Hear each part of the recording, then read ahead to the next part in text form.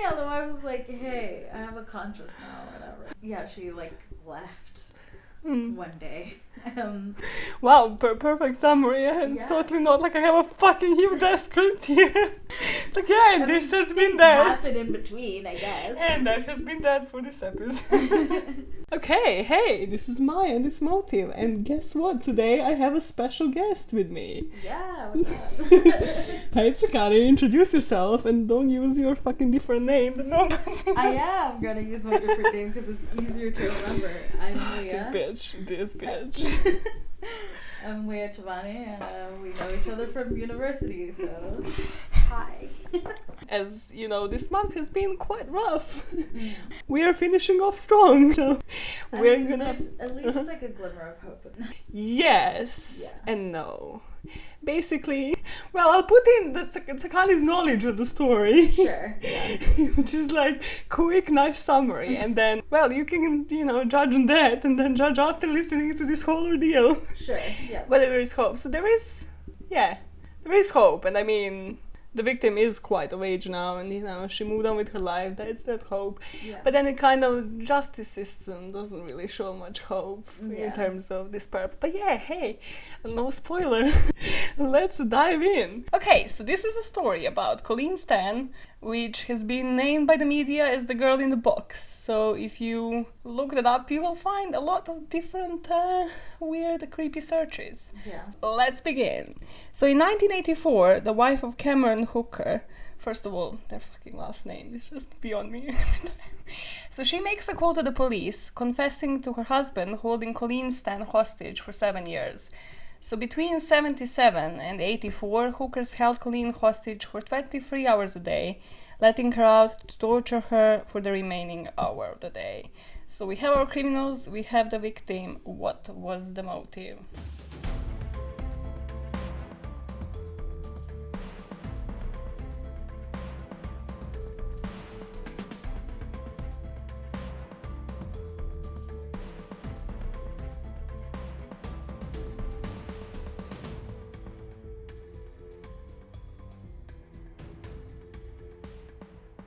So I usually structure it like starting from the discovery. Well, you watch Motive, didn't you?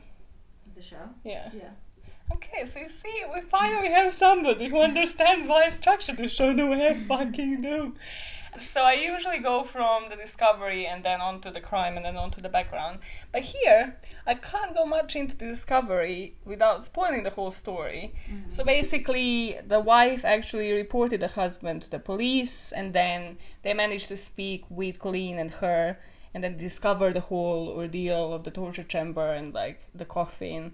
And they did have enough proof because of the 2 witness accounts to convict Cameron to over 100 years. I think it was like 104 to be exact. Right. Fuck it. And his wife got away without serving a day. So just to sort of alleviate everybody and tell them, hey, there is some sort of happy ending, like you said. Mm-hmm. But again, is there? Because their wife. Yeah, because that is shitty. Yeah. Do you know about, I mean, probably do, but like Fred and Rose West ordeal? Like, and their crimes? Like, I genuinely think Rose West, for example, was more perverse than Fred.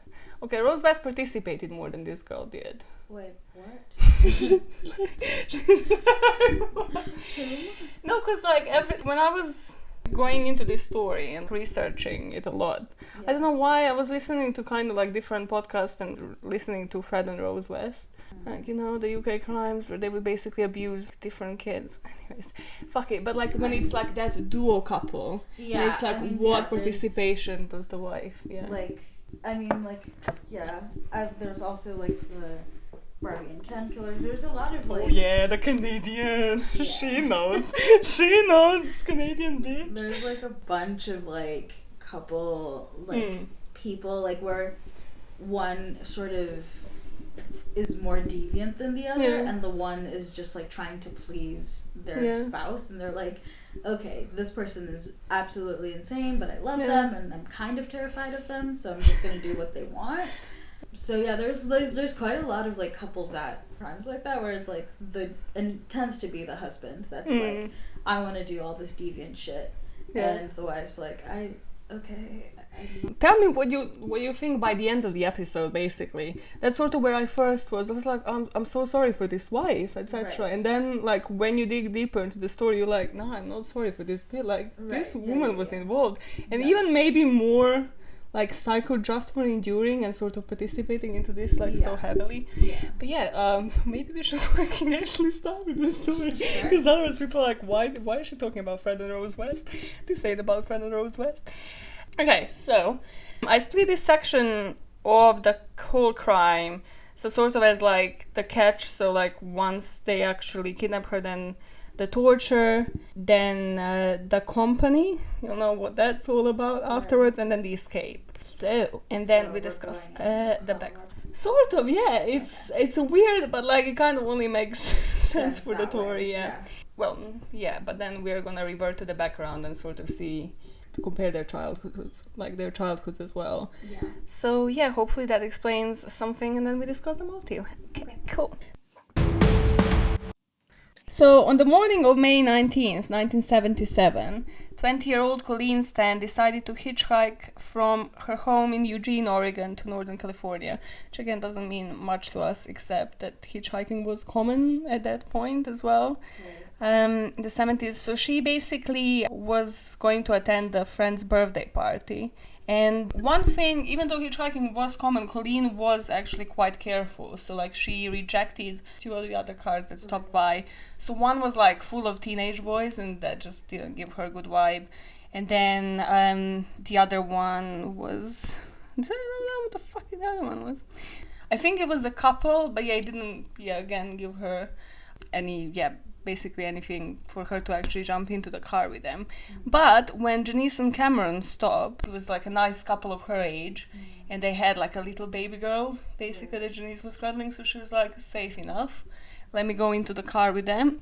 They obviously they gave her like some random, like, you know, that they gave her the most basic like names. It was like Bob and Susie's. Sure. So they're driving, right? She went in and she's like, I need to use the toilet. So they actually stop at the gas station. She goes in to use the toilet, and like after she recounts it, because I watched obviously the famous Investigation Discovery Channel, like did a documentary on her, and she's actually speaking like after however many, probably like 20 years. Yeah, like it was, I think 30 years. I think this was recent, like 2016 or something, the documentary came out. Right. So she says she goes out of the car, goes into the toilet, still all safe, all like completely normal. And like she had this kind of vision, but it's kind of a gut feeling. But like she says it's a vision basically where she sort of like saw this vision, saw like an angel, apparition of God telling her, get the hell out of there. But she doesn't. And she goes back into the car. And then just like 30 minutes into the journey, they stop. They're like, hey, just making a stop like in this remote fucking area, no reason to stop in the middle of nowhere. And she's like, okay, cool. And then she realizes Cameron went out of the car and she can't actually see him. He opens the freaking back seat, holds a knife to her throat. Then, okay, I need you to show. So he basically forces her to put this contraption on her head that was designed to isolate her from the outside world. So this is like a box. I have no words to describe this to the audience, so it's like this is not the main reason you're here to come. Okay, I'm trying to find a fucking better image than this. So this was shown in the court. But yeah, please describe, how the fuck would you describe this to the audience? The guy is like, what the fuck is this? Okay, so we're on through the Google images. Okay. Wow. So right. Basically, do you even understand, like, just from looking at it? Because, like, looking at it, I don't get. Like, I don't get it. Wild. Okay, so what it looks like is very. Wow. Okay, so it's there's like a hole for the head to go in or whatever, but like there's like multiple layers. It's not just like a box. It's like a box with multiple layers with the head part cut out. What looks to be maybe carpet or some sort of like. This girl is better than me. Like, fuck me, I had to read about this to understand what this is. Yes, it's carpet. How the fuck did you figure that out? It just sort of looks like some form of like thickish material. It could be blanket or whatever. I don't know, but I think that's to muffle sounds like. Spicy, true crime. That's it. And it's sort of it has like hinges and stuff, so it like can be opened and put on fairly easily, I think, probably. Wow. That's dark. Yep, so this is what he basically forces her to immediately put on. Right. So this is just so you understand, because I mentioned coffin in like the first line. This is not the coffin, but this was during the trial as well. They just sort of kept this contraption, this box, like for the jury to see throughout all of that trial. Right. It reminds me, How to Get Away with Murder with Viola Davis. Yeah. And when she just fucking stood there and she's like, yeah, this is solitary. So like, now let's just stand in silence. I was like, this is such a powerful scene. Yeah. Yeah, it's this, but it's greener. basically that, but real. But like more green.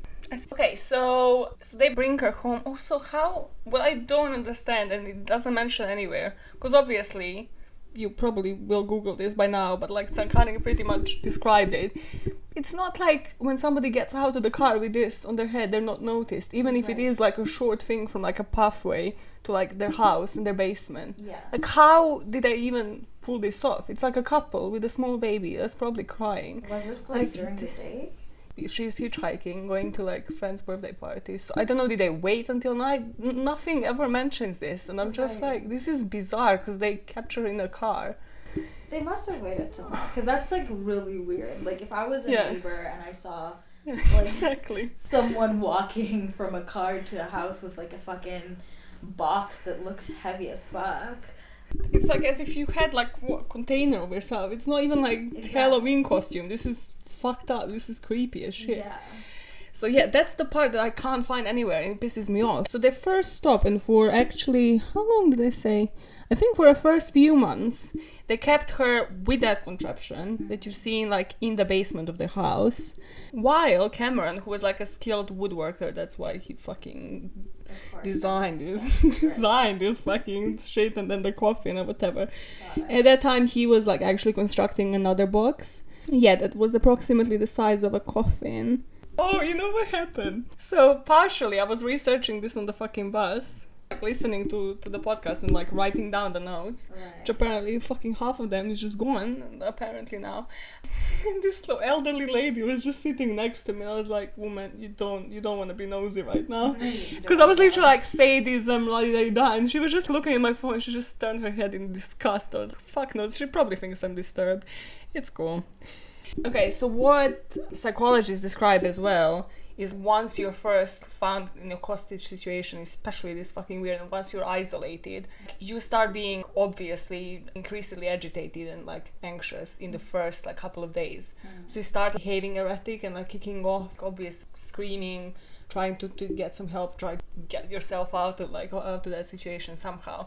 So she was doing that in the basement. So they would still keep the same routine that I mentioned in the beginning. So they would still basically just feed her, let her use the toilet once a day, and then she would just remain completely isolated for like 23 hours a day in the box. And once she was now behaving this erratically, in the fucking first couple of weeks, she thought like, hey, she heard the door and she thought Cameron was coming again to fucking torture her like for the second time that day. But it was Janice, and she just literally like, she lifted the fucking box off her and she just asked her, what is wrong? Sorry, what? I don't understand this family. Like, how do you have a child? Like, I was like, oh, what's wrong? And she, like, Colleen just remembers that moment as in, how do you even comprehend this? And the only thing that actually came out of her, she's, I'm cold. What is the first thing that I can even actually just relate to this person? Like, what do you mean, what is wrong? Like, I'm in a box.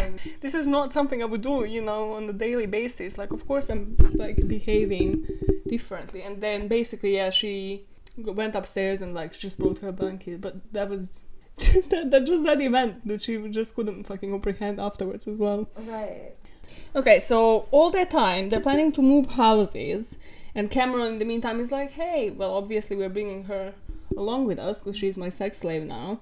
She can't stay in this box, so I'm gonna make another one. And she makes it genuinely in the shape of a coffin. Like, I don't even have to, like, Google this picture to, like you, describe it, because it is a fucking coffin. Right. Okay, please explain this to me. So they moved to the new house, right? Right. Which is kind of, I think they say it's like a trailer. And they place her under the bed, but it's waterbed. don't waterbeds, like, I always thought the waterbeds, like, are just on the floor, isn't it? They don't need a bed frame? I guess they have, like, a base board, like... What is this couple like? How are some parts of this story so joking? Like, I don't understand. It's like, oh no, it's like, you know, we have a small child, but we just kidnapped the girl and we're keeping her in a basement. We're asking her what is wrong, and then we're moving and we sleep on the water. But what is wrong? Yeah, they sound insane. But I mean, I think, with so it will still be on the bed frame. Be like, yeah. I don't know about you, but like I have fucking wild imagination. I always, when it comes to these hostage fucking stories, first of all, what I think about is the basic needs. Like, how would I fucking survive in a box for 23 hours a day without pissing and shitting? Like, that's my first fucking thing. Yeah. When I feel about any hostage situation, I'm like, no, I need like some basic needs. I'm like, okay, feed me once a day, but hello, I need to get out. And because it was, well, wherever the fuck they were based now, I forgot which fucking county, which, you know, people from the US are gonna love. The box would actually reach like 100 degrees during the summer. Oh, so like imagine she's just like there's no ventilation. Of course, she's under a bed in a box. Again, I just like there's parts of the story that are just so great. How does she? I mean, like it's just. I mean, I guess because they take her out for that 1 hour, but like, how does one like survive in that condition at all? Once he was actually transferring her from one box to the next, like she was freaking out. She's like, okay, this is weird, I'm outside. Yeah. Also, one major thing that I forgot to mention, I think for the first 8 months at least, she was in the box, she had a blindfold on as well.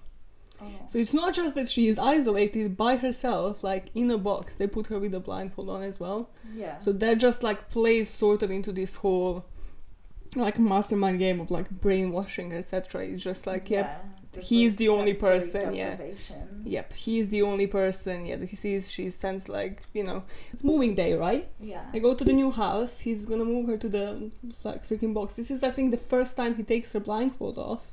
And this is the first time she actually has a look at him, at like the captor. Right. And she's like obviously freaking out. She's like, okay, this is already odd. Yeah. And she sees a coffin on the floor and she's like freaks out. Because what she thinks, she doesn't think he's gonna hold her in a fucking coffin for 7 years. She thinks he's gonna kill her and like she's gonna be died and buried. Right. But he sees like a ventilation system kind of thing. So like, in the space for her head, I don't fucking know, again, I can't find it, but like basically it is a space for her to breathe, so in a form of ventilation or whatever. So she's like, okay, at least he's gonna keep me alive. Again, I don't know how you feel about this, but like when I think about fucking hostage situations, I'm like, I know there is survival instinct. Yeah. I get that. But at certain points in this story, I would genuinely probably just try to either hurt myself or something would be like, just fucking kill me, man. Like, what do you mean 1000%. I'm in a fucking box? I mean, I don't know if that's wrong or if I was actually in that situation, I would be like, no, I'm gonna do anything to survive for like 7 years. But cheers to this woman, because I genuinely don't understand this part. I mean, I guess she's a fighter. Because, like, same. I feel like I'd be, like, very defeatist about it. Yeah. That's fucking miserable. You don't know if you're gonna make it out ever. Yeah. You're like, this is the rest of your life, as far as you know. I would cause as much trouble. I'd be like, fucking kill me. Like, if you're gonna do something, do something. Like, I couldn't. I don't know. Like, and obviously she doesn't have, like, a choice. It's not like she has any, like, tools in order to, like, do anything, because if she did, she'd probably find a way to escape. Yeah. But, like, I don't know. It's so fucking twisted. Yeah, I know myself. I would be like, no, fuck it, you don't let me piss, I'll piss, like, here and now. Fuck it, if you punish me or whatever, I just don't understand how this survival thing, obviously I was never luckily in that situation. Yeah. But I always, like, try to imagine, I was like, how fucking strong was her survival instinct for, like, this many years, throughout, like, all of the ordeal. Okay, so let's move to more grim stuff. Okay, cool. So, they moved to the new house, right? Of course, this guy designed this whole fucking house lovely to like prepare himself to properly welcome the sex slave. Now we're going on to the torture, so like the ordeal that she was going through, that 1 hour a day. So he would like get her out of the coffin. So she was whipped, electrocuted, And despite his wife's initial protestations, she was also raped. Now is the time to explain this wonderful, how would you say, synergy of this couple. Sure. You know, how this fucking relationship worked. And, yeah. like, to begin to understand how this wife allowed the husband to keep a sex slave and torture her, like, and keep her for 7 years. Okay, so, this lovely couple, yeah? We're gonna get to the background, but, of course, he used to torture his wife once they married, etc. So this was nothing odd to her. So, she realized at some point she can't tolerate this any longer. Yeah, and he just like fucking wanted to do it continuously and more often, of course, because it doesn't just stop, does it? Right. So she was like, okay. He suggested, I want to have like a sex slave, and then, you know, I'll stop like torturing you, I'll stop like, you know, sort of expressing this onto you. Right. She's like, okay, let's make a deal. You get a sex slave, I get a child. This is how it works. This is the deal, okay? So yeah, we're talking like normal conversations. Yeah, dinner table. It's like, hey, honey, how was your day? Okay, I want a sex slave. What do you want in return? Child. Good. Shake on it. Oh my god. Shake on it. That was it. This is how basically he started pre-planning this. She got preggers. Yeah. That small child came into the story. Like, you know, she's holding her. They kidnap her.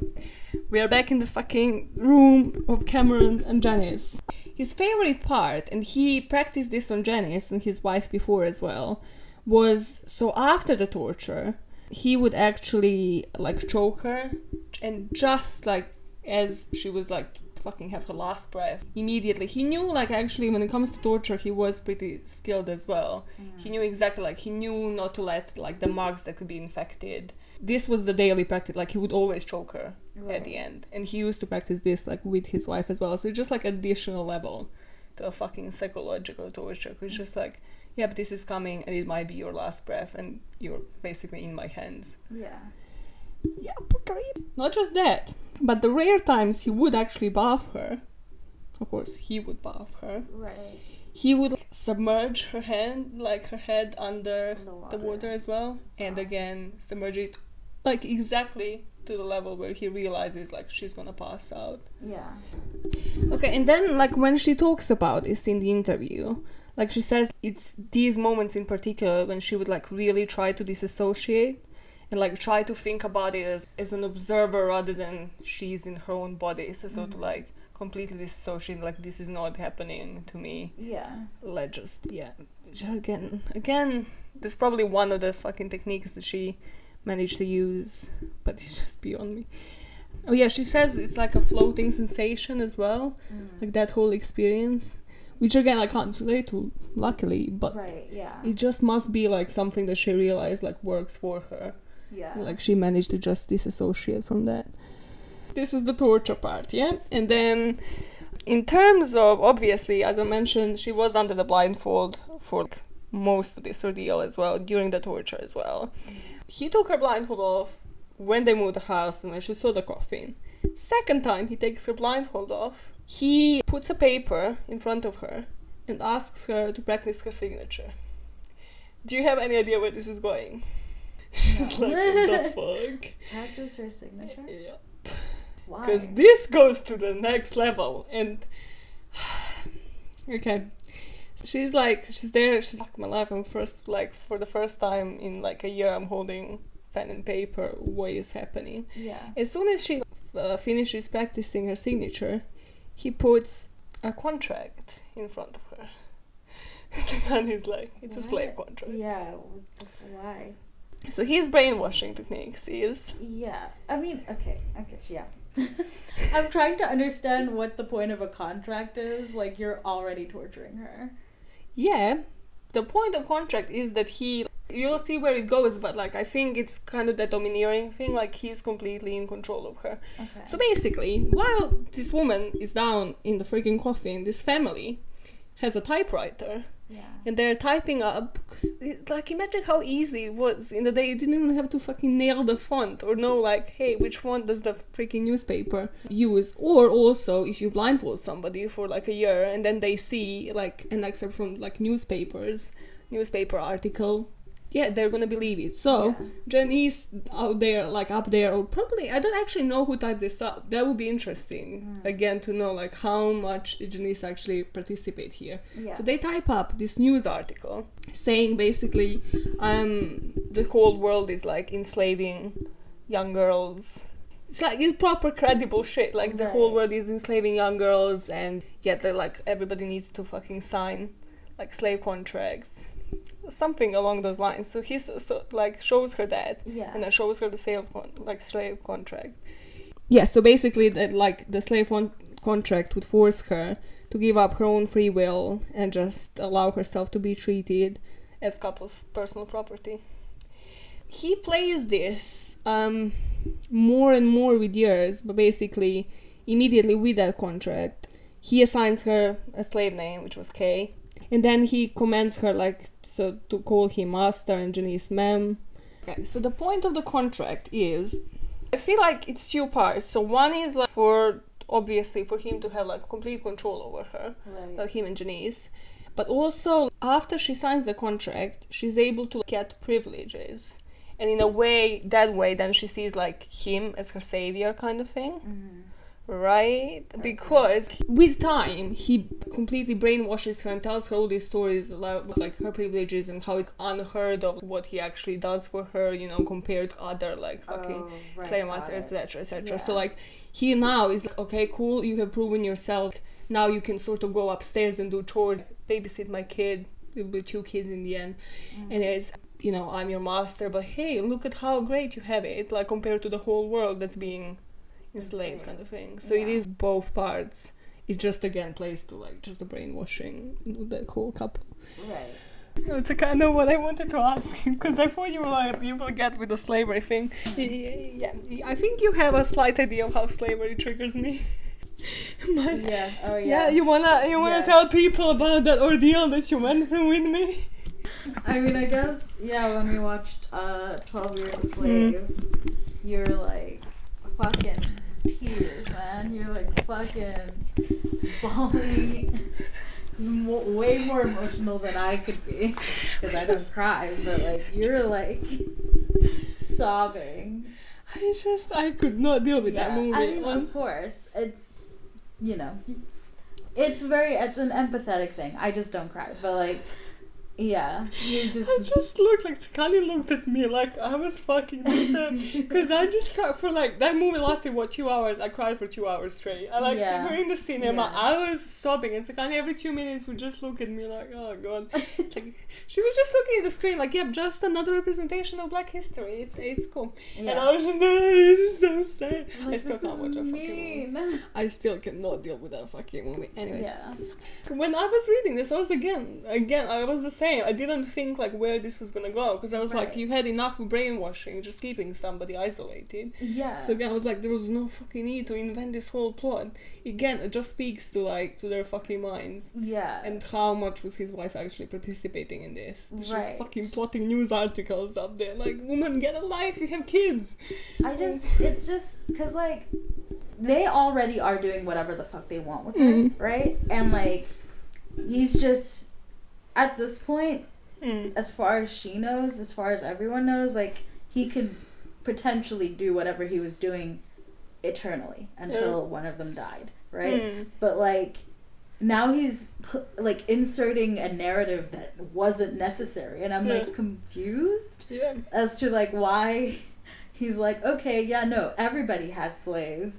And like, I'm the best master ever. It's like, it fucking doesn't matter, man. I'm still a slave. Like, I'm still being like tortured, and like I'm still being isolated. Like, it's not, what difference does it make? I mean, it just, the only thing that makes sense to, I guess, is that it's probably just like more a psychological torture. Like, it's just playing with her mind more. And if that's what the thing is, like he just wants to play games with her brain, I guess I understand why he introduced the narrative. But like past that, like if his kink is or his like deviance is the sexual and torture stuff of it, like I don't know what the psychological part comes in for. Well, this is where the next part of it comes in, because it kind of just escalates. Right. So it is still to do with the slavery. So basically, he now, like, she signed a contract, right? Now is like the time when real brainwashing starts, because obviously he has all control in his head with this contract. Doesn't exist, like, is a valid contract, but she doesn't know that. So he convinced her that, like, it would be pointless for her to escape. Basically, if she ever managed to escape, a secret organization called the Company would find her and kill her and her family. So, like, he tells her that he was a member of the Company, an international criminal organization that enslaved women like herself. So the Company is the one behind the contract, right? Right. He is the good guy, right? Yeah. Like, he's the good guy, he's keeping such good care of her, Right. and it's this company that is watching everywhere. Okay. Okay, so this will come into play because, again, it just constantly is on her mind now. Yeah. It's like she is just being brainwashed daily by whatever he tells her. Yeah.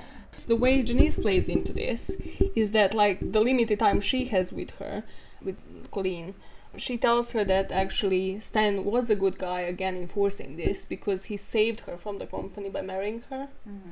So as in, like, she was one of the slaves, but he married her, and look how great it's played out for her. So, like, it's gonna be all great for Stan. Okay. This company, just for you to understand, like, how much this company played into this. Okay, so Stan is, like, in the coffin during the day, one day when he was at work, right? Mm-hmm. And she is, like, wiggling. She's, again, anxious, like, trying to deal with it. And she breaks the foot of the coffin.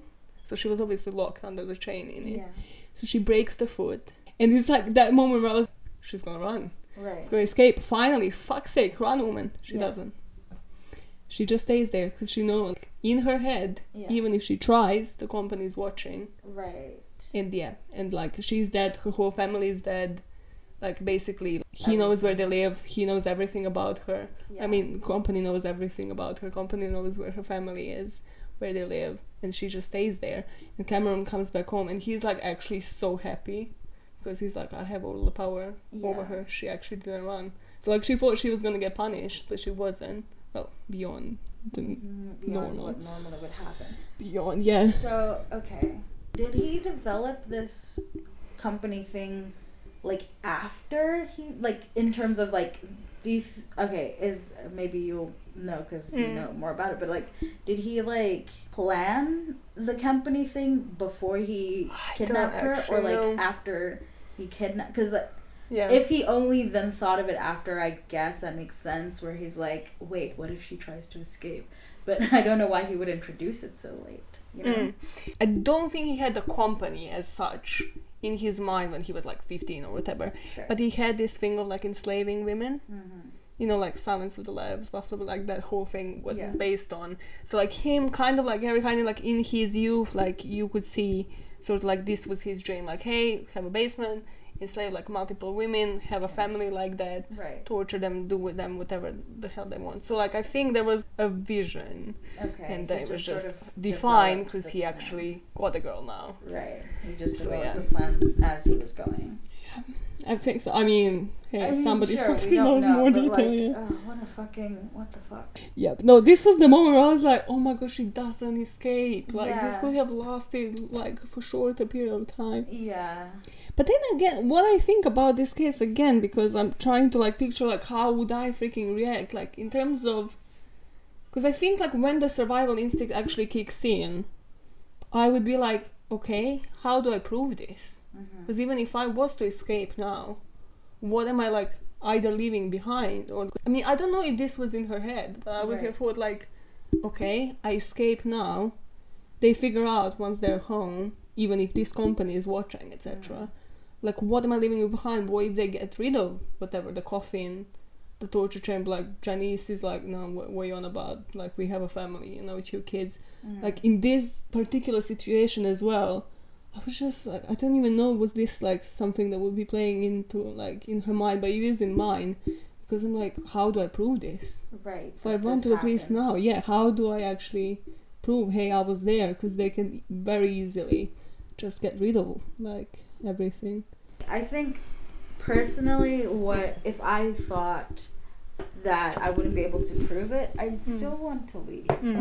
Like, at the end of the day, like, if I've if I've survived this long and I'm trying to survive and live and whatever, and like, I think the only thing I guess that's keeping her there is the idea of her family being killed. Yeah.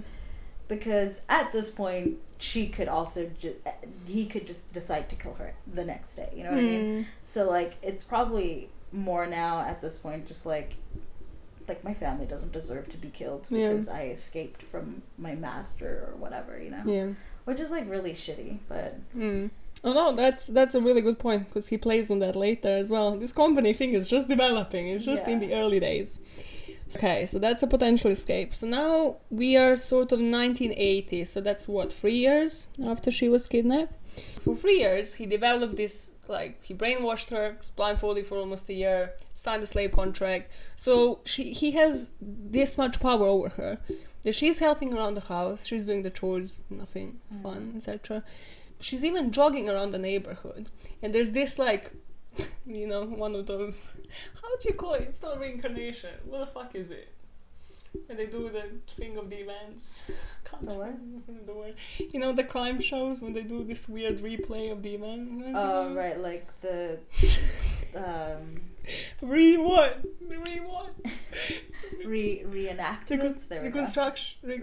Reenactment. Okay, reenactment. Cool. Yeah.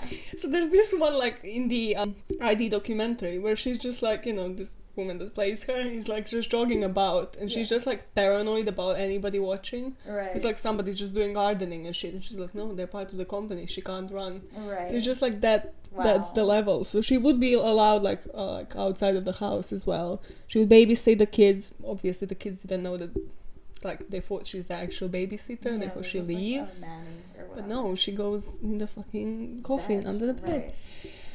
One day, because, okay, one thing about the hookers is they weren't well off. So they were actually, like, pretty poor. So, like, they are quite struggling with the finances now that Janice has another child as well. And I think she's I'm pretty sure she was this whole time, like, stay at home, you know, mom that had to take care more about the fucking slave situation rather than her kids. Yeah. But yeah. One day, basically, Cameron just gives her, like, after this torture fucking session, he just gives her walnuts to crack during the night. And, like, walnuts are apparently really hard to crack. Yeah. And she's like, okay, fuck it, it's something to do. So in her coffin, she stays, like, the whole night cracking walnuts that then the next day he would sell at the market. And it's every day, like, they would be like, okay, cool, she's useful, so she does this knitting of crochets, like, different things as well, and then they could sell. Yeah. So she, like, basically just becomes this person they're now using as well. Right. But hey, at least for her, she remembers this as part of, like, hey, at least I had something to do. Right. Like, at least, you know, it gave me something to, like, distract myself from, like, this fucking whole ordeal I was going through. Yeah. So in 1980 as well, what she does now that she has some sort of privileges, she actually asked Cameron for a present. I don't know, was this his birth? No, I think they didn't acknowledge, like, only one of her birthdays. But anyways, so she asked Cameron for a Bible. And surprisingly, he actually gives her one. Okay. And then it's not just that. It's like Cameron and Janice start converting themselves as well. Well, converting is a strong word. Yeah. But they would read this Bible as well in bed. Yeah. And it just, again, plays to my mind, can she, I mean, I know that she's in a coffin, can she hear it? Just imagine you're just lying there by yourself as well at night, trying to fucking, like, get some sleep, forget what happened during the day, and you're just listening to your captors read the Bible. Just the irony of this story, again. Yeah. Like, again, the waterbed, they're on a fucking waterbed reading a Bible. They have 2 children. Like, I don't understand the concept of the marriages in the 70s, okay? I don't. Wait, so are they're becoming Christian because, like, okay, so Colleen asked for the Bible. Yes, so Janice will sort of, like, start going to church herself and, like, try to get them, because her whole, like, his wife's whole ordeal during this thing is, A, he's gonna stop, like, fucking torturing me and just express it on sex slave. That doesn't go according to plan at all. She's like, it's okay, he can change. And then obviously she sort of starts to, like, find some solace in, like, going to church and she doesn't confess to, like, you know, people in confessions, like, because obviously it's fucking bizarre anyways. People she confesses to in the church kind of think he's, I don't know, a cheating husband and shit, but, you know, they're like, oh, that's okay, you know, yeah, they're like, yeah, it's fine, your husband is cheating on you. But like, yeah, so she sort of tries to exploit that more for his sake, or more, like, well, more for her sake, Right. by saying, like, yeah, he can, you know, he can change. It's like, we're too deep into this, woman. We are way too deep for him to change. Yeah. He didn't change when he married you and was married to you a couple of years. Yeah. He will not change now. Is this guy? What the fuck? Okay, so there's a few things that happen. Yeah, 1980 is a wild year for the hookers and for fucking Colleen. Because there's a lot of things that start happening now that they actually have this overpowering control over her. Right. So, hey, yes, Colleen discovered God. She discovered Jesus. Not Colleen. Yeah, both of them. Janice as well. Mm-hmm. But her privileges now, Colleen's privileges kind of actually go to the bounds of, so she is allowed outside of the house, but not just that, Janice actually uses her as her friend. The saddest part of this story is that she was actually Janice's only friend. Right. So during this year, she actually would go out with Janice as well, and Janice would have like some affairs that Colleen was aware of, and she would just, basically because she was only allowed to be in the presence of her master or madam, right? Sure. So, you know, if Janice was to have an affair, Colleen would be there like third wheeling and just like standing and waiting for her to finish. Yeah. And then, yeah, come home. But yeah, basically Janice's like whole thing was, hey, Cameron's gonna be jealous, right? Of course not. Cameron had complete control over 2 women. Yeah. One of which was his sex slave, the other one he equally tortured. Yeah. It's like, of course Cameron's not going to be jealous. Like, Yeah. how is this even a thing? So, Colleen participated in that as well this year. And the most bizarre thing that they kind of brought at the trial as well is that didn't go into her favor. Because during this year, she would also write him. I think this was honestly, like, I genuinely think this was her coping mechanism. And, like, this is something smartly I would probably do in this situation. She, like, wrote him, like, love letters. So she would, but it worked into her favor. Right. Then and there. It didn't work, like, as much for the Later. trial. Because in the Right. trial they were like, no, they were, like, together. What do you mean? Yeah. So she would write cards expressing her love. And it made him like, less aggressive. And she even gets a gift. I think it was like for her birthday. It was like the only kind of gift that they give her. And he's like, you can phone your family. Oh. So he's obviously standing right next to her. Right. She phones her, and her sister picks up the phone, and she's like, finally, like, what the actual fuck? Right, because she just, Yeah. to their knowledge, disappeared one Yeah. day. Basically, what she doesn't know and what they don't know is, like, her family was obviously, like, worried because she never made it to her friend's birthday party. They Yeah. did try, like, searching for her, but there was never any news of, like, any bodies or anything. Sure. And guess what else is popular in 70s and 80s? Cults. Cults. I love she's like, cults fucking know this shit. So they were like, yeah, she just went on join a cult. Like, luckily, hey, she's alive. Yeah, she's like Right. phoning in. Yeah. It's all great. But she just is really vague on the phone, just doesn't actually explain anything to them, which again plays into their fucking idea that she joined a cult because she Yeah. can't say anything. Yeah. And yeah, she drops the phone, and yeah, Cameron is just like, oh, look at me, like, such a great slave master. Okay, 1981.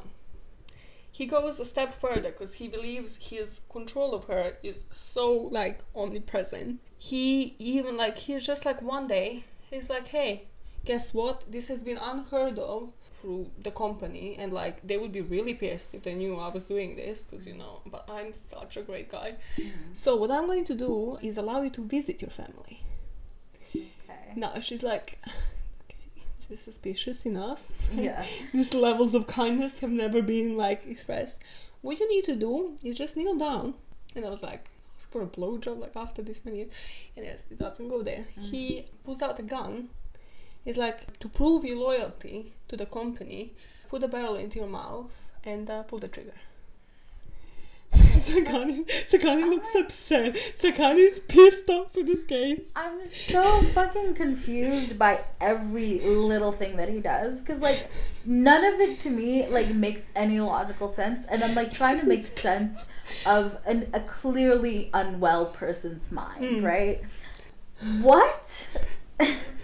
Just, like, it's again just showing to him Yeah. how much power he has. Yeah, of So he course. just, like- yeah. Because, like, okay, so, like, he's... Mm-hmm. This Please, company thing is Uh-huh. so inconsistent to me. And I know she obviously could not think it all that way through. Because, again, she's a slave. She doesn't have any control over whatever the fuck is happening. But, like, so he says, I'm doing stuff that the company doesn't know that I'm doing, but at the same time uses this thing of, like, the company's always watching. These are very contradicting, Yeah. like, things where he's like, I'm just doing what I want, I'm being so nice to you, and the company doesn't know. But if you escape or if you do bad things, the company will know. Even if I don't know, the company will know. How does that make sense? Exactly. No, but that's exactly that. Because, like, I think she is, like, he believes she is that brainwashed by this point, and she is, which we'll prove multiple times during this. Yeah. Because he tells her exactly that, and then, okay, so she pulls the trigger, nothing happens, right? As in, of course, it was empty, like, it was an empty gun. He's like, cool, yeah, you passed the test, good, congratulations. Again, what are these, like, tests, like, that he puts her through? Anyways. Right. But then, he's like, okay, by the way, I'll drop you off, yeah? You'll have a weekend with your family, but the company's always watching. Again, as you said. Yeah. It's like, they don't know about it, like, this has been unheard of, but, like, they have allowed it, right? But they'll be watching. Again, Right. but she is believing this Of to the course. point that she thinks, like, anybody, like, any neighbor, Yeah. or maybe even they're in the house, right? Yeah. Like, maybe this is one of their family members. Like, she doesn't fucking know shit. Because he brainwashed, like, to that point. Yeah, so he drops her off. She goes in. Her family's obviously, like, super happy. Like, fuck me, after, 4 years of not knowing where this woman was. So she loves, like, everything, but she is, again, trying to be as vague as humanly possible. Doesn't actually tell them, like, anything much. So it was supposed to be a weekend. But actually, the next day, he rings her and he's like, I'm picking you up in, like, 10 minutes. And she's like, oh, fuck, like, this was supposed to be a weekend. Why, like, okay, again, speaks to his paranoia. Yeah. Because, like, he can't now, like, what, for 4 years, he knows exactly where this woman is 24 hours a day. Sure. Now he suddenly doesn't. Yeah. He can't let her happen. Like, what if she told something to the family? Yeah. Now is the most bizarre thing, and I'm gonna pull Google again. Okay, so he goes to pick her up, right? This, I don't understand. Like, did he do this again, like, to prove that, hey, I have this much power over her? He actually comes to the door. He introduces himself to the family as her fiance. And, like, the family's like, oh my god, she has a fiance, right? Like, this was like, whoa, like, actually, it's great. You know, maybe she's knowing, like, how, whatever is happening. Yeah. Her mom actually suggests to take a picture of the two of them. Right. This is the picture. They look happy. They look like a fucking couple. Oh, God. I feel like it makes me sick because, like, I know she's doing this to survive, obviously. Yeah. There can't be really a part of her that's, like, in that state of, like, whatever glee she seems to be in right there. Yeah, exactly. So they, again, at the trial, they're like, sorry, but look at this. It's just a picture of a happy couple. Right. Like, this is the part that I found so bizarre. First of all, who is just like, it's like, hey, we haven't seen this woman for, like, so long. Let's take a picture of her, like, you know, how she looks like now. Yeah. Look, it's a fiance. I mean, I guess to the for the family, it's just, like, any little bit that they can still have of her or whatever. And, like, at least it's a current picture of her. And they can only assume that she's going on to have a fairly happy life, even if they're not in it. Yeah. And oh god, ew, I hate him so much. Yep. They take that famous picture. He takes her home, but he is spooked. Like, he is paranoid beyond anything, and she has no privileges for the next 2 years. She's, again, back in the fucking box. Back in the box, back to that routine. And it's just like, because he is just spooked, like, what if she told something to her family? Which, again, doesn't reason, like, if nothing happens, if you're not caught in a fucking week. Right. Let the girl out. What is playing in this guy's head? After, like, even, like, 2 months, if nothing's happened, if no police have come, if there's no suspicious activity or whatever, like, obviously, she didn't tell anybody. Oh my god. it's not just that he's spooked and like he just keeps her in a box. This is when the torture escalates as well. I don't think that they display, I don't know if they display this at the trial, but he introduces the stretcher. The thing is, what I don't understand here is because the stretcher is obviously where he like stretches her body to the maximum. Yeah. But he again knew where to stop. Yeah. But that's the thing, like how do you know if somebody spends that much time? Like she must have had like muscular atrophy or like stuff like because she wasn't moving. Yeah. Like so how do you even know to that point? Like what I don't understand is like how did this guy know exactly where to stop, because he would handcuff her or whatnot. So like how did he know when the incisions would not like cut her to the infection point and stuff? Because I'm like, I understand he's, you know, he knows his woodwork. Sure. Cool. Yeah. Get that. But then how do you know to these extremes when somebody's been confined to just lying down for like this many years? I can see how someone would be able to figure that shit out now, because Google does wonders and like libraries and shit, but like in the 1980s. Like, I don't quite like. Did he ever try any of the stuff on his wife before? Of course. When she was. But he didn't try the stretcher. That's the stretcher is like the part that I'm like. Right. I'll tell you later, like, what he tried on his wife, but, like, yeah, it was never to this extreme again, and he didn't confine his wife to, like, just be lying down immobile for, like, 7 years. Right. So that's the part where I don't get where this guy was getting it from. Or Right. was he actually just bluffing? But, like, you can't just do it, like, every night, just not knowing. Right. Just, like, doing it and hoping that you don't go overboard. Yeah. Yeah, there are parts of this story where I'm just like, this guy just had some serious luck for so much time. 1000%. So much time. Yeah. Okay, so she gets her privileges back in 1983. Well, privileges, basic freedoms, really. Like just fucking getting some air and sitting for change. Okay, so this is when she is even again introduced to like to the neighbors, you know, as a nanny, etc. And she is like, fuck it, I'm gonna call it. It's 1983. Like, I'm finally allowed to, like, breathe again. And again, like, you see, like, before, when she was like, hey, let me jog, let me have a Bible. Like, once she gets privileges, she's like, okay, let's, like, try to recover, like, this world, like, beyond him. How far she can sort of... beyond him, yeah. Or just, I mean, I think it was just literally distancing, so like trying to find as many distractions as it is to obviously not confine like a whole world to this like situation, this routine that he imposed. Yeah. She asks him for a job, and he allows her to have one. So he drives her around. Again, this was what, 1980, there's no need for like CVs and shit. So he drives her around, she goes from like hotels, motels, and like she gets a job in a motel. And she's super fucking happy.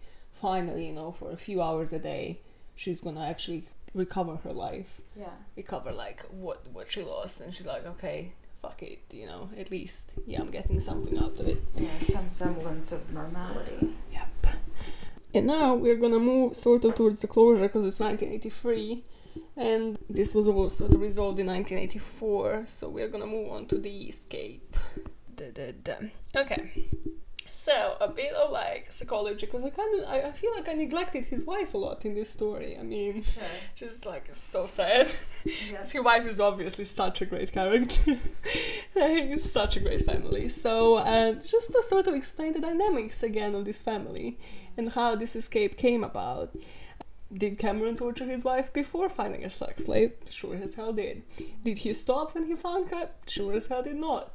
In fact, so that deal that they shook on didn't count.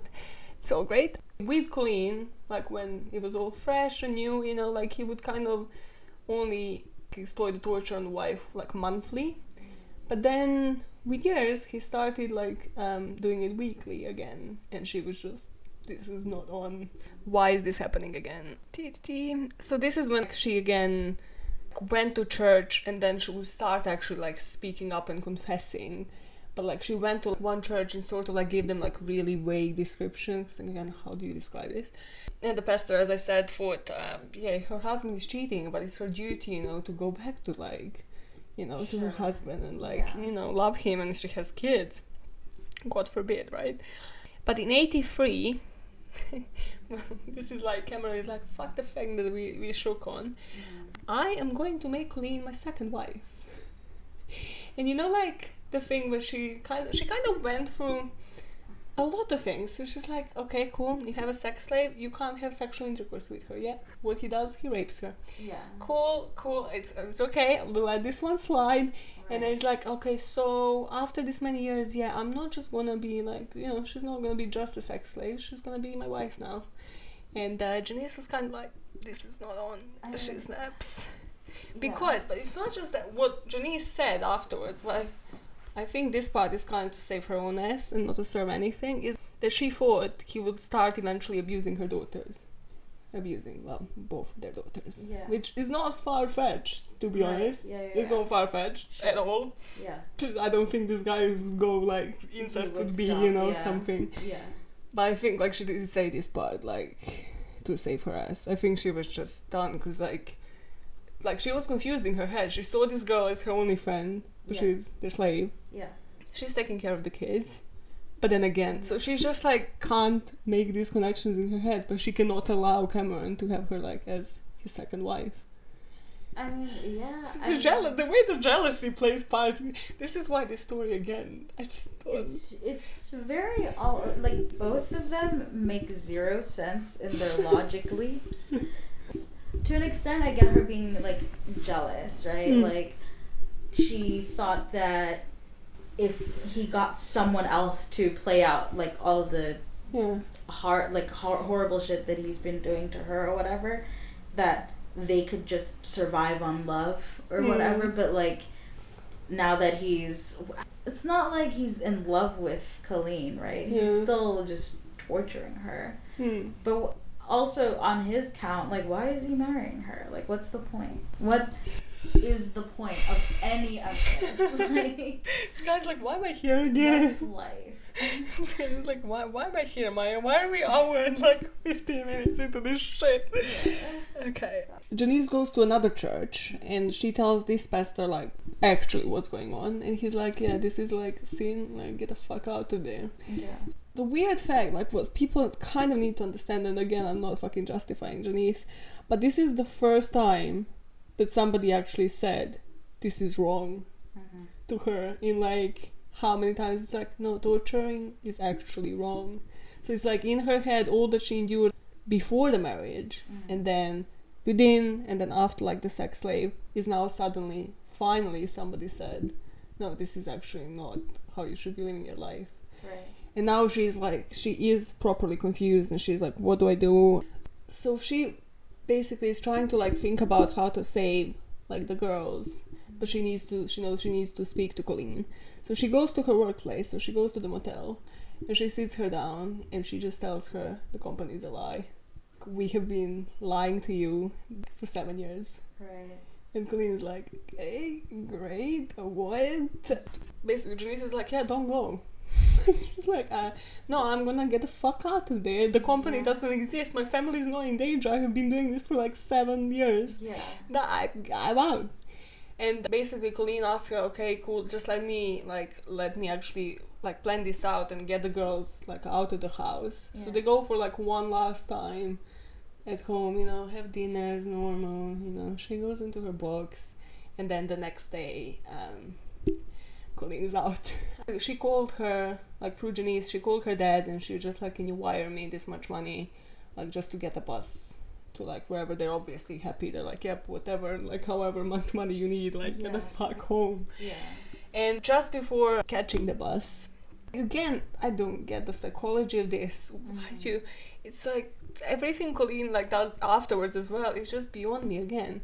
Basically, Janice asked her not to go to the police because she's not safe, the daughters are not safe. She's like, okay, I need to do one last thing, and Colleen calls Cameron, and, like, before she, like, onboards the bus, and she's like, I know everything, I'm going. And, like, it's just, how do you not have the fear he's gonna come and get you? Yeah. But, like, apparently he just, like, starts weeping and crying on the phone.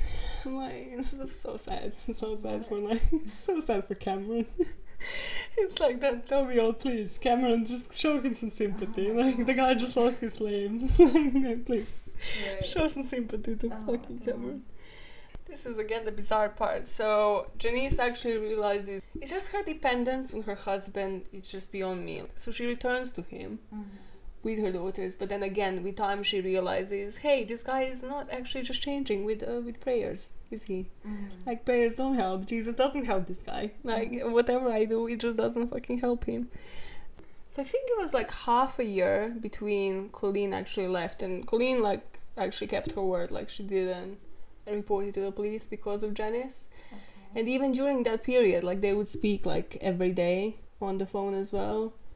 Again, this bond is just so understandable. Like, because I get where Janice is getting the bond. Right. Like, she's her only friend, she's the only fucking person that she saw apart from Cameron and his kids for like years.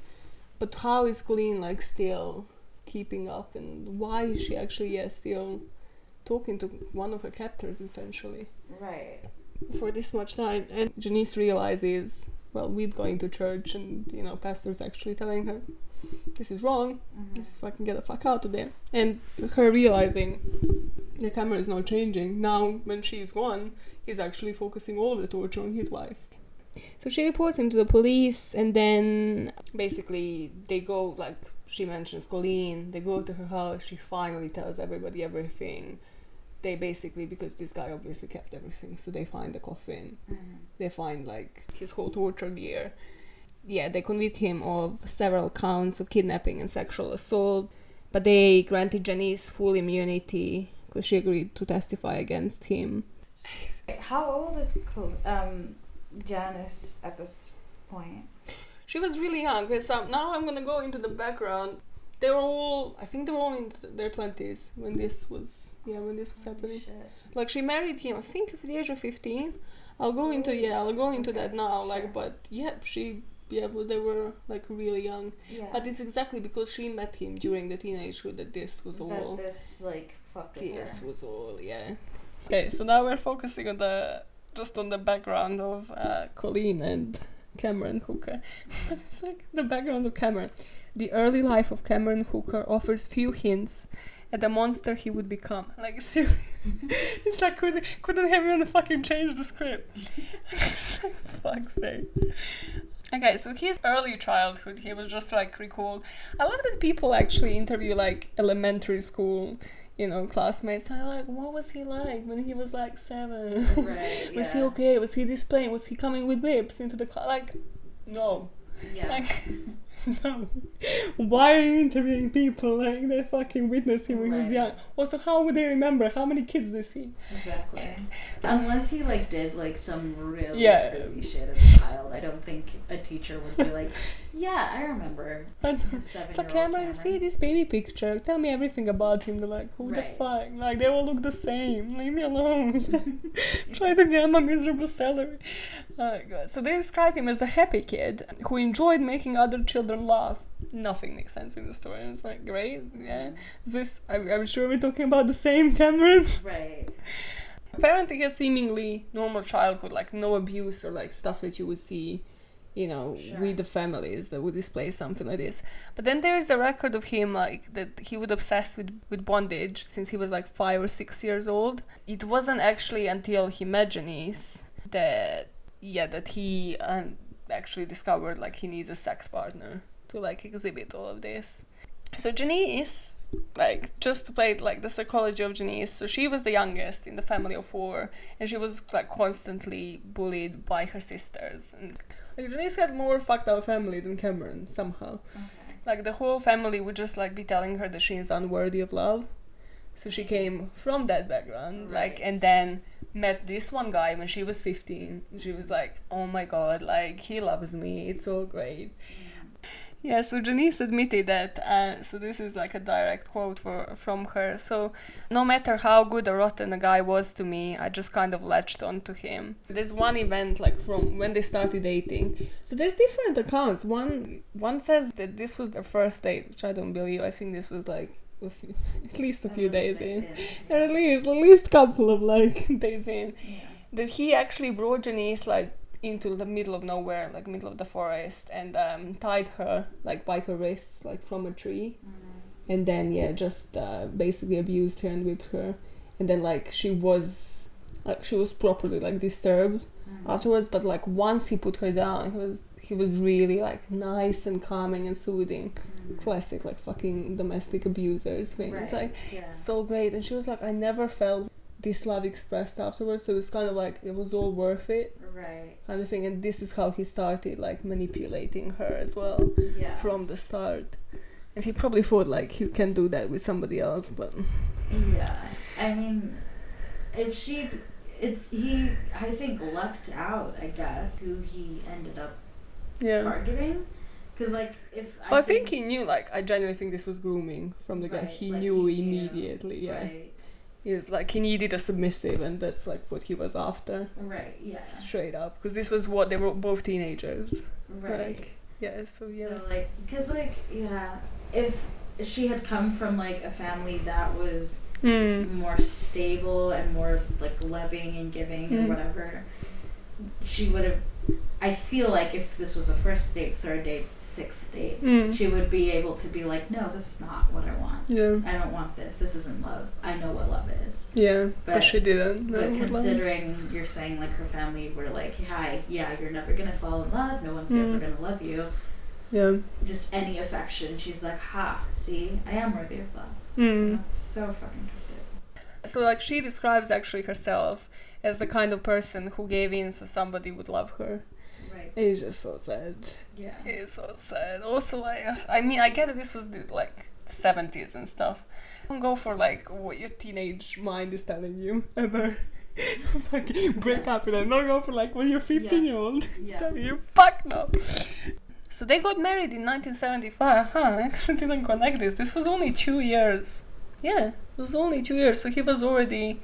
She was probably fucking done, man. Imagine just 2 years of like torture. She was, of course, like she would be like, sex slave, great. Let's shake on it. But again, like I don't like. How can you be raised in a normal family and know exactly what you want to do? Because this is quite specific. Yeah. That he kept doing with his wife and then with the sex slave as well. So like these fantasies came from somewhere. Yeah. Whether it was fucking like some disturbing magazines or some Has shit. Has he done like interviews and stuff? I'm thinking like if he'd been interviewed, I'm sure there's gotta be somewhere where he saw it. Like, I don't know, I can't imagine anyone just sort of coming up with this in the top of their head, you know what I mean? Like you're saying, it's like super specific, like he must have seen it somewhere as a kid and been like, oh, that's interesting. Well, if anybody knows or like found more research, let me know. Right. Because that would be great to understand what the fuck, where did this guy see this shit. So there was this one point, I think this is when she snapped and sort of gave him like the ultimatum. Because basically, well, he almost like killed her. So like she would usually comply with everything. But one day he brought like a gas mask home. And she was like, no. Like, she just literally denied. She was like, no, I'm not doing this shit. But, like, he, despite of that, he just, like, gagged her and, like, put a gas mask and, like, torture her, like, under the gas mask. So she was like, this was scary as shit. I don't want to, like, endure this any longer. And that's when she was sort of, like, welcoming anybody else that he could display this on to. Right. So, again, just leave, like, just imagine if she just, again... was brought by a different family, wasn't this submissive, none of this would have happened. Yeah. Or this would have happened probably to somebody else, but might have been like a different outcome. Yeah. Because he just had insane luck. Like, what if he actually didn't like recognize immediately, hey, this hitchhiker, you know, like then like from the conversation they would have in the car. Right. Like, what if it wasn't like another submissive partner? What if it was somebody feisty and was again just like, nah. I'm like, I'd rather die. Like, fucking, how would he have reacted, you know? Yeah. If he wasn't able to, like, brainwash somebody. Yeah. And, like, how much earlier might he had been caught. Exactly. Like, this story would have played, like, a lot differently. This is, again, when I picture shit. So, this is when she agreed, like, he could take another slave girl. And I'm just imagining this in my head, like, she's prepping, you know, a freaking cradle and like stuff for a child, and he's preparing a coffin. And just that family dynamics is just playing in my head, like as I was researching this. I was like, just imagine this, like they shake on it, and like, okay, cool, I'm gonna go buy baby clothes. Yeah, what are you doing? Oh, you're prepping a coffin. Great. Right, yeah. Great. It's like, oh boy, how was your day today? Coffin is almost done. How was the baby clothes shopping? Amazing. It's just like playing to this dynamic. I'm like, what are they dinner conversations? Like, oh, what is life in the fucking hooker family? Right? Like, what do they talk about? Like, what is that dynamic for real? Like, aside of like the sex and the whatever and the torture, like, what did they sit and talk about at dinner? You know what I mean? Like, what chemistry do they have? You know what I mean? It's so fucking weird. Yeah, because again, like, if he tortures and like after, it's just like, how do you go back to like, oh, just a normal day? Right. Yeah, but let's just go back to just being like a normal boyfriend. What is up? Yeah, let's go watch some other whatever TV show. It's just like, yeah, let's just go watch a movie. I don't know. It's Do they watch black movies? and white. Like, Black and white. It wasn't black and white, right? Okay, fuck me. It's like, oh, it's like Maya. Okay, please. It's like TV was not black and white in the 70s, bitch. Ah, good. Okay. When it comes to Colleen's stand, so she actually, this proves nothing, because you can have like a great childhood and turn out to be the worst monster ever, because you're just like, so yeah, as we said, like, we both believe somebody fucking find this, the sources for this. But yeah, we both believe like there must have happened, like something must have happened at this early age to like spark this interest. Because Colleen actually had like a worse childhood. So, like, she was molested by like her mom's boyfriend when she was a kid, and then she got addicted to drugs to sort of surpass that molestation.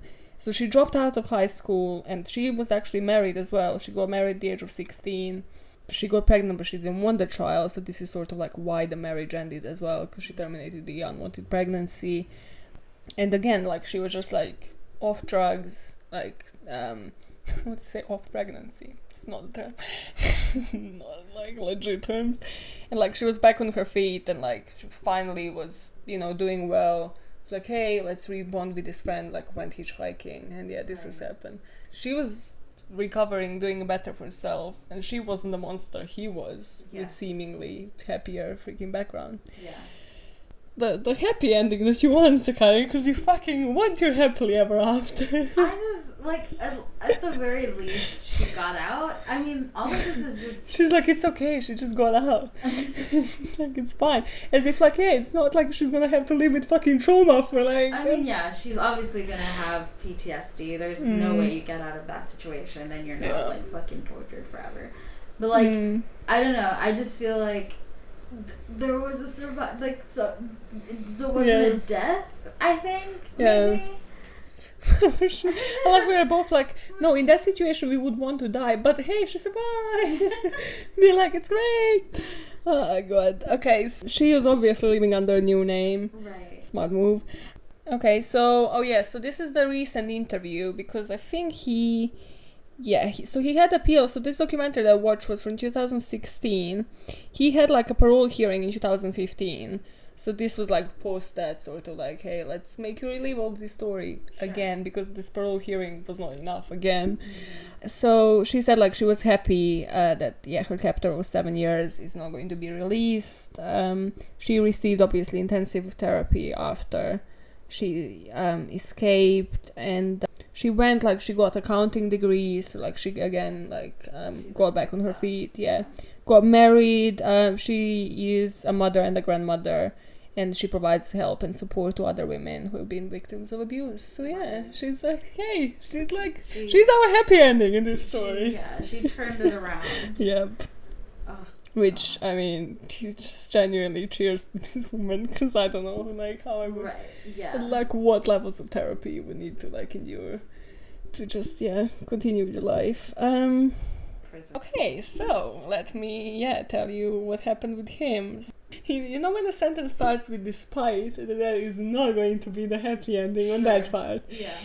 So basically, despite of him being convicted for like multiple counts of kidnapping and assault in 85 and being sentenced to, as I said, like 104 years in prison, so he was given parole hearing in 2015, and they were like, nah, not gonna happen. Apparently, the state of California, which again, we have no idea what's happening in these different states, but they have a parole program for elderly inmates that allows prisoners over the age of 60 to request parole after they have served 25 years of sentence, which means, because he had in 2015, he will be again eligible for another hearing in 2030 when he is gonna be 76.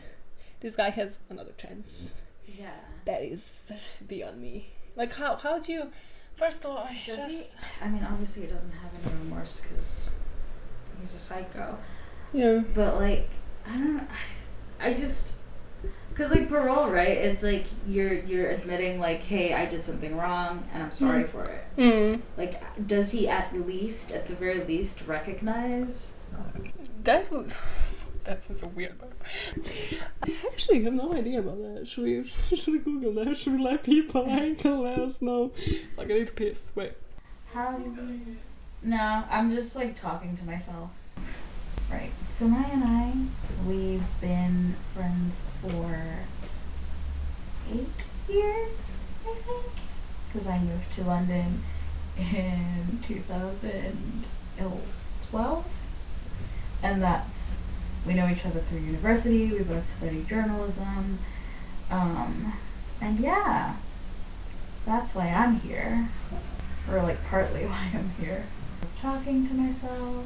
Are you talking to yourself? Yeah. You're just gonna have like there's like a minute of me just saying nonsense. I just feel like editing like, lol, this goes in logically. It's not like this 2-hour episode. What were you narrating?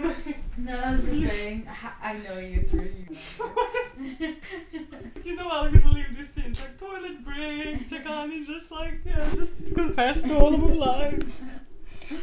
I can't imagine if I was not to even edit this. This literally be 2 hours. People would be like, fuck this, Maya. Like, we are not this in. Okay. What do you think the motive behind this was? Like, why are you doing? Like, sexual deviance. I mean, I don't want to put that as the thing, like he's psycho, because like, you know, it's just, I feel like it's definitely something, he's got to have seen something as a kid and thought that, oh, I want this. Yeah. And like, power like that, right? Once you exude power like that, once you find yourself in a position where you can just do whatever you want to a person and they don't retaliate, I feel like you get hungrier and hungrier to see how far you can push it before it breaks, you know what I mean? Like, even like as a kid, you know, you when you like despite your parents, you see how far you can push a situation before you get in trouble for it. And so I think that's possibly what happened, is that he had this obvious like deviance or whatever introduced it into his mind, but like once he tried it out on Janice, like initially, and she didn't like immediately go, fuck you, I'm never speaking to you again, go to hell or whatever, he saw, oh wait, let's see how much more I can do this to her. And then he reached a breaking point with her, but then introduced Colleen into the mix and pushed that to the nth degree. And her breaking point, for some unknown reason, is him wanting to marry Colleen. And so, like, I think, it's just, like, he got hungrier and hungrier for this, like, power that he had, which is, like, sick. Like, what the fuck is happening? Yeah, I put the same thing. So, like, that he was, like, a sadist, so he had this complete power. But I think that was, at some points, like, even more prevalent than, like, the pain and the torture. Because, like, you remember how paranoid he got. Like, when she was out of his reach, and he had no control of knowing what she's telling her family. So I think, like, at certain points it was more about, like, the power than the actual, like, torture. Of course, it doesn't justify the actual torture. Like, sense a little bit for when he started introducing this company, blah blah Yeah. blah, all that stuff. It's that like it's really giving him like getting more and more power over her mental state as well, just her Yeah. body. And Yeah. so like it doesn't justify it, but makes sense to me Yeah. at this point, where I'm like, okay, I guess what he's doing at this point is trying more and more to have like absolute control over a person. Yeah. Because obviously I researched for like this month, and they kind of all have the similar plot, like Toy Box Killer and Gary Heidnik again would like try to have somebody completely under their control. Say, hey, it was a month of say this. So I think like he found in both of these women like a partner who can share this with, to as much. He didn't care about consent, like clearly. Right. But like with him and with that dream of like having sex slaves, like that, you know, a nice dream to have, like nice fucking aspirations to have. Yeah. I think like that allowed him to exploit sadism, because it's not just one person. He's having two, and he's having completely like I think different power exhibitions towards both of them, because it's different dynamics, right? Yeah. One is his wife, she does have his kids, but he still has complete control over her because like he did it for years prior to this. And then one is like completely has like that slave master relationship. Yeah. So it is like the ideal thing for him, because he doesn't only have one person to dominate, he has two. Yeah. So yeah, so I think like he just had like complete power, yeah, over these two women. Like found himself in a perfect situation for whatever the fuck this guy actually has seen to exhibit in like in his teenage years. Someone out there fucking knows. You know? Somebody will reach out to be like, how can you fucking research this much and not research this part, Maya? Fuck it. Google it, bitch. Like, it's right here, okay? Like, but what is with white men in like 70s and 60s with that haircut? Like, Right. or what is with a haircut and those creepy serial killer glasses? Or what is life? Yeah. Life is just different. People were like different kind of attractive back Different kind of attractive, for sure. Shit. Actually, shit, I never looked up. Does she have the custody of the kids? Because that's some fucked up That would be family. really fucked up. Does she have Still the have fucking... kids. Again, let us know everything that we missed out. You know where to fucking find me. And be like, Maya, no. That like... Or, you know, just, yeah, she has. She's a great mom right now. Be like, fuck no. But yeah, 'cause, does she like, have the custody that's of the a kids? really weird... Because, like, obviously she is a victim to an extent. Mm-hmm. And then, but there's also that thing where it's like she was an accomplice Yeah. for a part of it, you know? Hmm. And it's like, did they at the very least give her mandatory therapy or something where they're like, yeah, you did some really fucked up shit. You have to go to this many like therapy sessions in order to prove that you can live among society or something. Mm. You know? Because like at the very least, she also needs fucking therapy, right? Yeah. Clearly, I mean, if she like didn't realize for years until one person told her this was wrong, Right. like yeah, she probably still might think like parts of it were okay. Yeah, Like so, yeah, she exactly. definitely needs therapy. I think the final note is that Yeah. at the very least, Colleen Hmm. like picked up whatever pieces were left of her life Yeah. and made something, was Mm. able to like persevere. I mean, it's like a very shitty thing to have to Yeah. experience and then also have to do extra work to not feel shitty all the time. And I'm sure she like still goes Mm. through stuff like there Yeah. that kind of thing doesn't just like disappear or whatever, but Yeah. like at the very least she was able to like pick up her Mm. life and now she's helping people. Yeah, I think that's inspiration. I mean, just for that survival instinct, whatever kicked in, Mm-hmm. was for a good cause, to be honest. Yeah. We never know, like, what we would do in those situations either. Yeah. But yeah, we can only hope, hey, we will come up with an inspiring story like this afterwards as well. Right. And continue our lives in that light. So yeah, let's leave it on that note. Let me just run through the sources and then we chat about our interesting true crime. Yes, hit it. This is already almost 2 hours. I'm gonna love this editing. I'm gonna die. I'm gonna cry tonight. It's great. Okay. So, the sources for this podcast have been Ranker.com, Red-Handed Podcast. By the way, if you don't listen to Red-Handed, listen to it. It's 2 British girls. They don't sound anything like me, of course. But like they actually, properly, nicely research. And they kind of swear as well. And one of them is like my spirit British animal. Parcast, of course. No Parcast. Hostage. You know that I'm obsessed with like hostage situations, right? That you don't get. Yeah. Didn't know that, but okay. No, you I think I discussed it with you. Can't even go for fucking sources properly.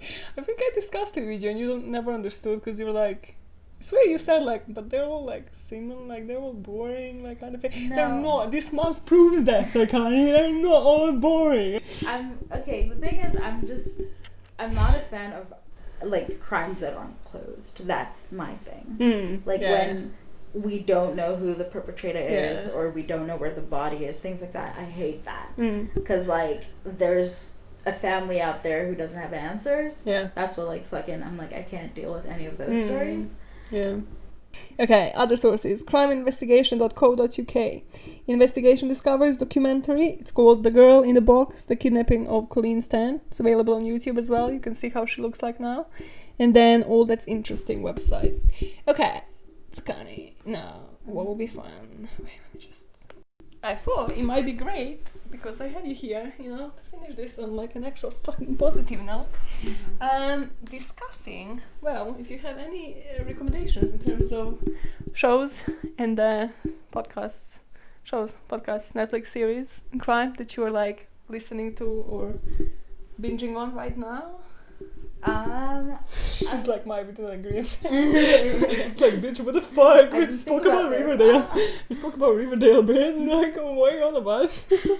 I mean, I've sort of taken a little bit of a break from like true crime itself. Sounds really healthy. How do you do that?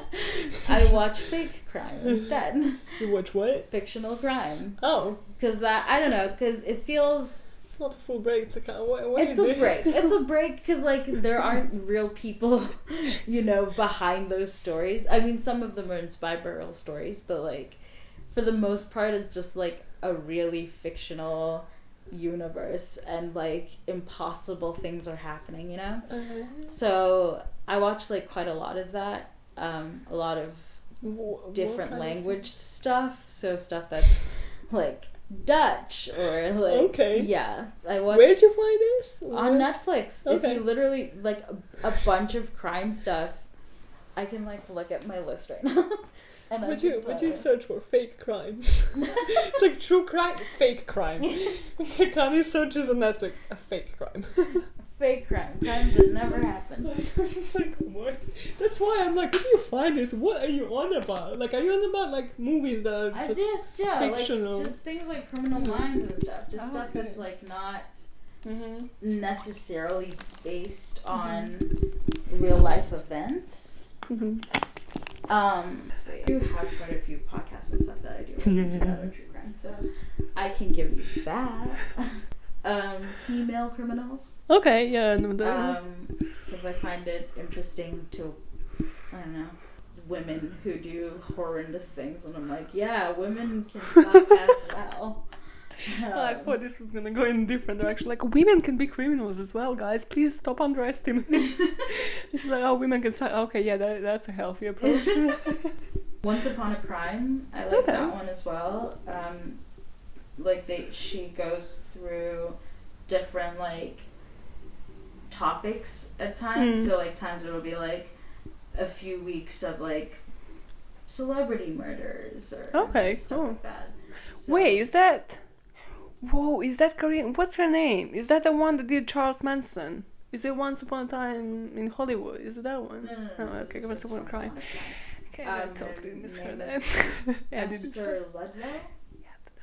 Different person. I'll definitely check that out. Sure. There's Case File True Crimes. This is like a Australian guy, I believe. What is the accent not like thick No, enough? it's thick enough. I'm just like trying to remember. And murderous minors, because I also find kids like insane children like fascinating. Just like how a child can already be at the level of like Yeah, I'm definitely planning to cover like a child murder, like a little minor murder in March, because that would be interesting to explore from the motive perspective as well. So can we go back to the fake crime thing? Because I want to know, what the fuck do you watch this fake crime? I'm like trying to. I never heard of people, because it's just like fictional, like CSI and shit. So like, it's not... so like How to Get Away with Murder, that kind of shit. Yeah, cool. but like it tends to be like procedural dramas that I do. Okay, I just never heard of it referred as fake crime. That's why I'm like, wait, did the crime happen? Like, are you just into like the crime that has never happened? I mean, it's crimes that happen, but like it's not based on true stories or whatever. It's just like someone murdered someone, but it's not real, and so there aren't real victims and stuff like that. I mean, it doesn't make it any like completely less like horrible to see at some points. Obviously it's still like dark, but like at least it's not a real person, You know what I was playing in my head? I was playing like crimes that never happen, which is like, oh hey, somebody's been like, I don't know, stabbed with like a lollipop, or like weird objects. That's what I thought about when you were like fake crime. Fake crime, things that are magical and impossible. I know, it's like, what the fuck is fake crime? It's like, hey, notebook like hits you in the stomach and they die. I'm like, what is going on in this? It's like, this is on Netflix. It's just, I like Le Chalet. The what? The Chalet. I've heard it's French. It's like it sort of takes place on two timelines and sort of like people just start dying off and stuff. I recommend that one. It's fun, but like there's some times where you're like confusing timelines because there's so many different characters, and then you're like, this is them in the past plus more characters from the past, and you're like, what's happening? So like sometimes keeping track of it all when you're just reading subtitles can be a lot. But the soap opera true crime. but it was I kind of liked it. I quite liked it. I thought it might be interesting for us to like share, so that people know why we're this disturbed. Sure. Like, can you pinpoint like a particular thing, in your childhood where you were like, hey, I have this interest in true crime. It's healthy. It's not, pushing it to the point Cameron Hooker pushed it. But yeah, it's healthy, and this is something gripping. That's the kind of share it. I actually don't know this, do I? I don't know. You probably do. My interest came from Scooby-Doo. Say what? Yeah. No, I don't know this shit. What is it? Scooby-Doo. Please. The cartoon, the 70s team detective cartoon with the talking dog. Yeah, because it's like very formulaic. Things are happening. They find clues, etc. Right? Okay. And then I sort of graduated to like when I was around 10, I started watching like CSI and stuff like that. And then around 15ish is when like crime investigation and investigation discovery was available in South Africa. And so I was able to I was like, oh, okay, this is just kind of more of that. Because like I more and more as I was watching like CSI and shows like that, I was finding it really interesting, the sort of psychology behind it, just sort of like the theme of this podcast, the motive. So like, why do people do this? And so true crime is just a more real extension of that, where it's like, these are real people, these are real crimes, this is what real psychology is. Because like, I mean, at one point I wanted to be a psychologist. Obviously I didn't do that because that's a lot. But yeah, that's where my interest comes from. Yeah, mine is also well connected to investigation discovery. But I think generally for everybody it comes like early teenage years where you're like, no, I'm okay with this. Like as in this is disturbing. But like I have this interest and like wow, it's just not stopping. And then well, you can either push it towards the people, Right. towards where the people I discuss on this podcast about push it, or you can, have a healthy interest and have a podcast. Because there's quite a broad genre. Yeah. We'll podcast about that now. No, you will love this one because obviously all of the investigation discovery shows. Sure. Basically, we moved to this house. I think I was 15 as well. So like before that, I was like, picking up on different shit like telenovela. Telenovelas crime was my Scooby-Doo version of your life. Yeah. Like my parents, I cannot describe it. Please, you know technology better than me. But basically, I had access to TV on my desktop. Right. Of the computer, so it was like some extension you would put into like the hardware thing, and Sure. then you would, you know what I'm on about. No, you don't. Fuck it. So I Yeah. had TV in my room. Totally great idea. To put a TV into a child's room and give them access to investigation discovery. Yeah, Sure. she's not gonna stay like up at night, just like, oh, what is going on or what's up. So like I was kind of hiding it from like my mom because she was like squeamish and she was like, this is weird, why is this, why don't you watch rom-coms and act like a girl, like, Right. Yeah. act like a girl that I wanted. Okay. But my dad was like, so basically I would have investigation discovery and I was obsessed with everything from like the mortician, Dr. G, Paula Zan, the whitest bitch on there. Paula Zan. Queen. What was her name? Aphrodite Jones. Aphrodite Jones. Like yes. everything. But like my dad, like that current obsession again was, what's it called? I Almost Got Away With It. Okay. Remember that one? Right, yeah. So like my dad condoned it, but like I would always have these discussions because like when I hear, like I know sort of who is in front of my room, so if it's dad I don't change. Sure. If it's mom, like yeah, just watching this random thing, like watching the news, mom, yeah. Yeah. Like with my dad, and he'll be like, you're watching that show again. I'm like, Dad, this one like really seems like a genius. And like it's just always imprinted in my head because of what my dad said. My dad just looked me like dead in the eye because like if he was a genius he would be able to like get away with it. I was like, huh, interesting.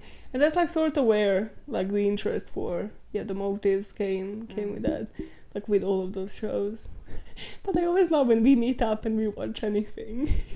We always find the most bizarre episode somehow. Yeah.